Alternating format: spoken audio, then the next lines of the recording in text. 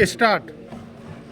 महोदय, निस्संदेह ही आज भी हम भले ही कई मुश्किलों का सामना कर रहे हों, फिर भी हम 1991 के उन दिनों जैसी स्थिति में नहीं हैं।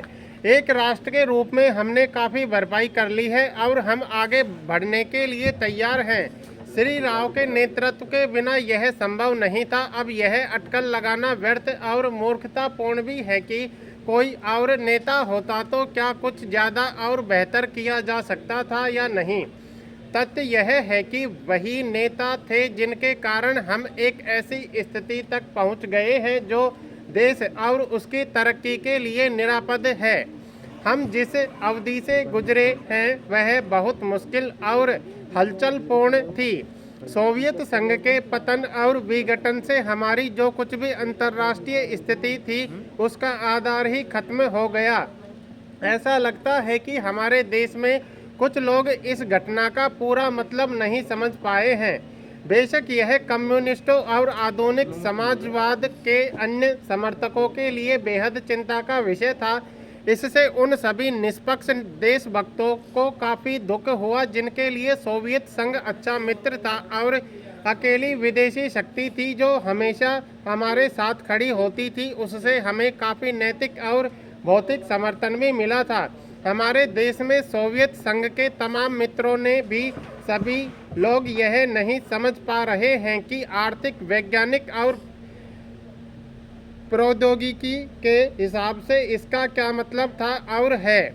जब हमें सख्त ज़रूरत थी तो कोई ऐसा नहीं था जिसकी ओर हम देखते। घबराने और अपने देश को दिवालिया राष्ट्र घोषित करने के बजाय प्रधानमंत्री ने मुश्किलों का डटकर मुकाबला किया, हमें इस संकट से निकालने की व्यवस्था की और साहस के साथ देश को एक नए आर्थिक रास्ते पर अग्रसर किया। कांग्रेस ने अपने चुनाव घोषणा पत्र में इसकी मोटी रूपरेखा ने बना ली होती तो बेशक यह संभव न हो पाता। इस घोषणा पत्र के मुख्य निर्माता स्वयं राजीव गांधी थे और इसे तैयार करने में श्री राव उनके मुख्य सहायक थे।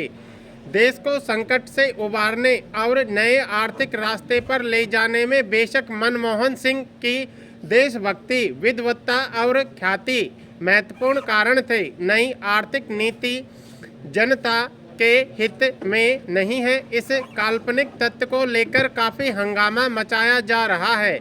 इसके उलट अगर उसे अपेक्षित ढंग से लागू नहीं किया जा रहा है तो इसकी वजह यह है कि जनता के नाम पर हर तरह की आंशिक और कारपोरेट मांगें पूरी की जा रही हैं। प्रधानमंत्री ने दो महत्वपूर्ण तरीकों से नई आर्थिक नीतियां बनाने में अपना योगदान दिया है। सबसे पहले तो उन्होंने नई नीति लागू करने के लिए मध्यम मार्ग अपनाने पर जोर दिया है। नए आर्थिक कार्यक्रम को लागू करने में उन्होंने जो दूसरा महत्वपूर्ण योगदान किया है वह है इसके पक्ष में राष्ट्रीय सहमति बनाना।